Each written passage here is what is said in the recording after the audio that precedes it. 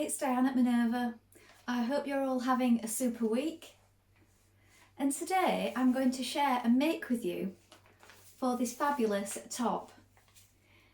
It's a McCall's pattern and it's pattern number 7359.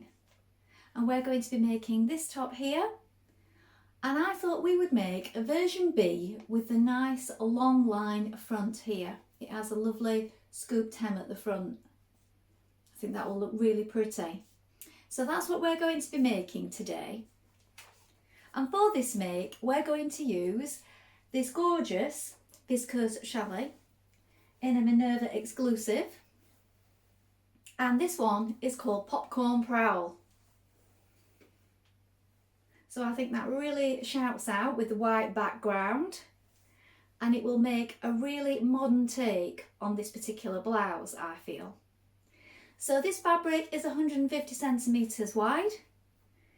It's woven, it's 100% viscose, and it's light to medium weight, so ideal for a blouse. Now, should you wish to sew along with me today, everything will be linked in the description below. So all you have to do is watch out for these products and you'll have everything you need. So you need to watch for the McCall's pattern, the viscose challis in Popcorn Prowl, a matching thread, and I'm going to link in also some of our Minerva maker labels. And these say hashtag Minerva maker on the back. Now they are a really fun addition to your handmade items. They give them something extra, I think. Now before we begin, you want to wash and prepare your fabric as you would normally. And when you've done that, take a tape measure and locate the sizing on the back of your pattern. Always do this before you begin because it saves on any shrinkage later on. When you're happy with your sizing, we are going to go and cut for pattern pieces B, but should you wish to make any of the other versions, feel free to sew along with us, just stop at the appropriate steps. Now while you're here, we'd love it if you take a look at the Minerva Craft Club. With the Minerva Craft Club, you get 10% off all your orders for a whole year, and that includes anything that you buy with us today. And we'd also like it if you create a free account. Because with a free account you can connect with like-minded sewers from all over the world and share all your projects and ideas in one place. It's a wonderful place to connect with the sewing community here at Minerva and get lots of new inspiration. It's all completely free, so why not do that now? So we're going to go and cut our pattern pieces together. So let's go and do that now. So here are our pieces for our top. So here is your lower front for versions A, B, C and D. So this one you're going to cut it on the fold, and here is your fold line. Make a note of the pleat marks here, the notches. Check that you're cutting for the correct sleeve. Lengthen or shorten at this point here. And the version we are making, we have this lovely curved hem. Now here we have your upper front for versions A, B and C. And you need to make sure that you're cutting on the straight grain. So the straight grain is this way and this way. Make a note of the notches and these circles. And you're going to cut two pieces. So here we have your upper back piece. This one you're going to cut one piece on the fold. Here is your fold. Make a note of the notches and the circles. Notches here also. Here we have the lower back. Again, you're going to cut one piece on the fold. The fold is here. Make a note of the notches and the waistline point. Here we have the back facing. You're going to cut two of fabric on the fold and one of interfacing on the fold. And here we have your front neckband pieces. Now here you're going to cut 4 of these, and this is the straight grain. So 4 in fabric, but 2 in interfacing. Again, note your notches and your circles. Now we're ready to begin making our top. First of all, you want to check your machine needle is sharp. I'm using a universal size 70 today, a standard size 70 on this viscose chalet fabric. Now you may wish to test it on a piece of scrap fabric first of all. When you've done this, you want to wind half of your thread onto your spool. Then we're ready to begin. Now our first job is to gather the tops of the shoulders. So the shoulder parts here, you have a circle, a small circle here and here, here and here. And what we're going to do a line of gathering stitching, or 2, whichever you prefer, along here to gather that shoulder section. We're going to do that on both sides of the back and both sides of the front. We're going to do that first of all. So you're going to stitch this 6mm away from the edge.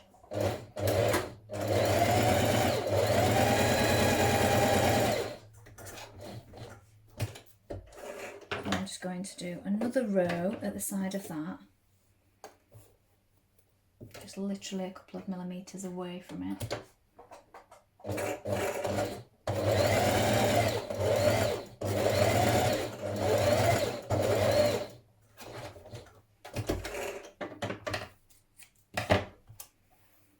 Now repeat on the other side.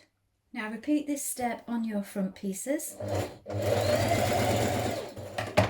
Now you can cut 2 pieces of seam binding for the front pieces, and you could also cut 2 pieces for the back, 10 centimetres long, pin it over and then adjust your gathers before basting it in position.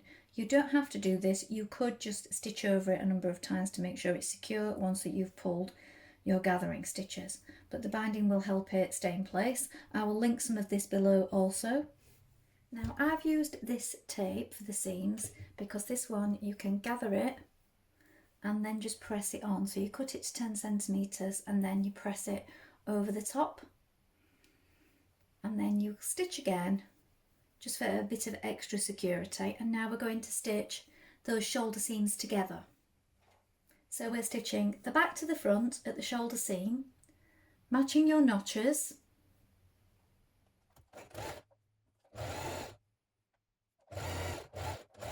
Now at this point you may wish to zigzag or overlock the edge of these raw edges off and then press the seam down towards the back.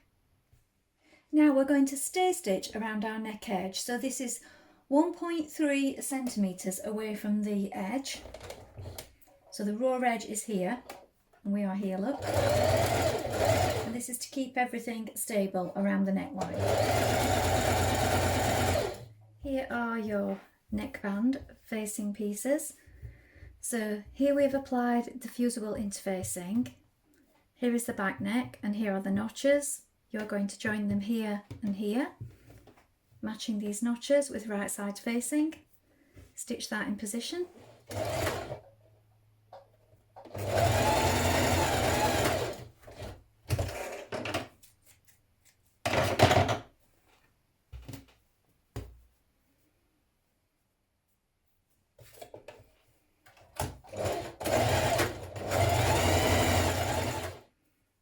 Press back a centimetre around the outer edge of your facing once you've joined the shoulders. Join the other pieces of facing that are not interfaced and also press back a centimetre seam on that one also.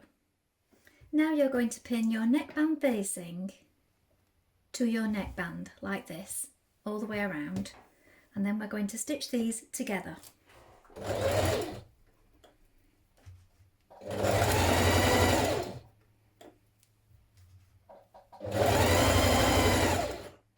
Understitch the seam towards the facing piece. So the facing piece is here. Push your seam this way. Stitch a few millimetres on the inside of this seam to keep it from rolling outwards. Now you're going to pin your neck facing and your neckband all the way around your neckline. So here is my unfaced piece here, and it is pinned around the neckline. So as you can see, we've got a notch here, match the shoulder points. I've clipped my back centre neck on the facing piece and the neckband of the garment. And again, as we come round the other side, you've got your notch here. So you need to match all these points as you're doing it. Now, I've pinned it all in position first because I just feel it's always best to just test it and make sure that everything is lying where it should be in case you need to make any small adjustments on the shoulder seams here and here, because sometimes if they don't quite line up, it won't fit. So just check that now when you're pinning it before you stitch it all in place.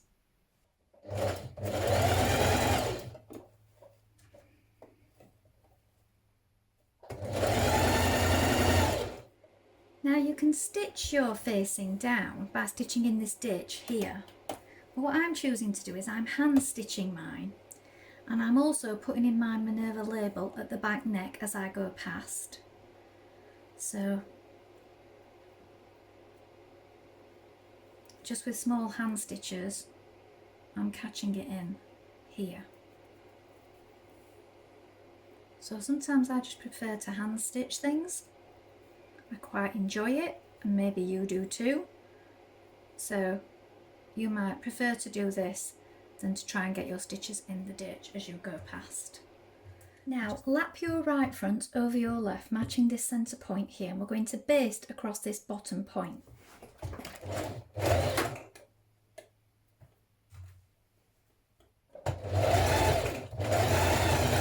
So we have our markings on our top here and here. So I've put a pin pointing in the direction each way. This is my centre. So here we have our markings. So this one is going to this one here. So bring those together, pin it in place. We're going to baste across the top of this in a moment, and then this one wants to go outwards. So this one is going towards this marking here.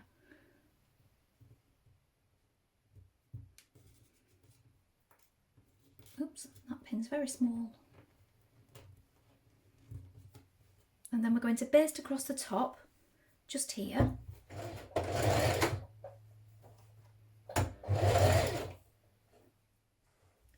Now place the top part of your top on top. So here is your neckline, and we're lining up that neckline with the centre here where you've just made that pleat. So put a pin in here, and then you're going to make sure that you line up all your notches. So there's one here, look.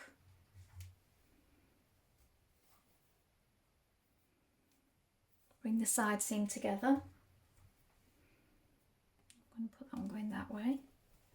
Then at the other side, here is another notch.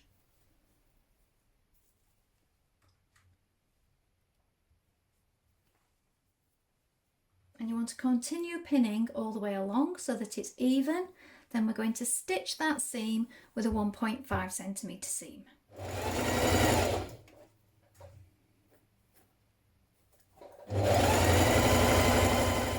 Now we're going to pin our back, upper back to our lower back. So again, match up your notches. So we have the two notches either side here, look. Make sure that they're lined up on this side.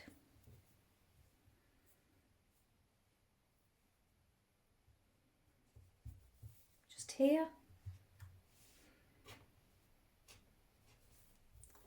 And always find the centre, as I've said before, it just helps you make sure that everything's even. So I do a little slip there, and I've already marked on the other bit, like I've got a little notch there. And I know that that's my centre point.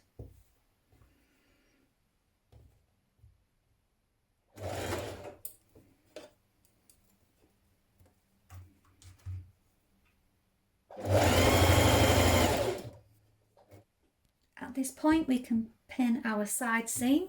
So again, match up your notches, and we have this slight curve here as it goes under the arm.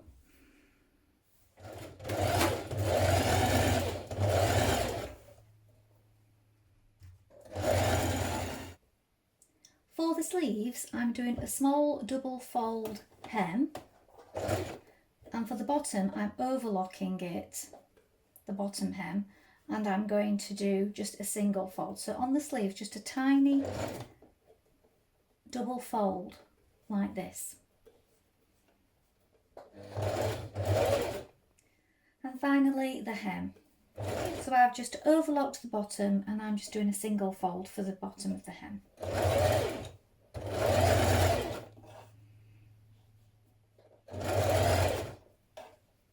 So here is the finished top.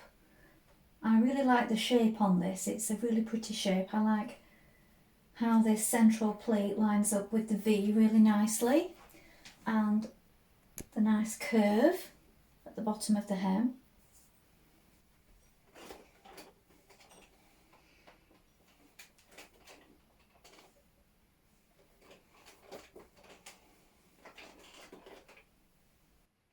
Well, I hope you've enjoyed sewing along with me today.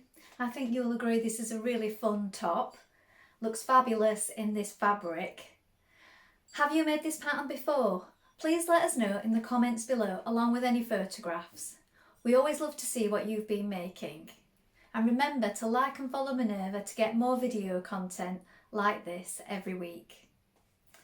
Now, I think this would look super in a mix of fabrics. So if you've got any small amounts left over from other projects, this would be a really good way of using up some of your scrap fabrics. Maybe mix and match with a little bit of new. Please let us know how you get on with that. If you like what I'm wearing today, this is another one of our Minerva exclusive range fabrics, and this particular fabric is a sweater knit and it's called Herbal Halo. And this particular dress is the Belgravia knit dress by Liesl & Co. I will also link those products below in case you're interested in making that. I hope to be back soon with another sew along. But thank you so much for watching today. Bye for now.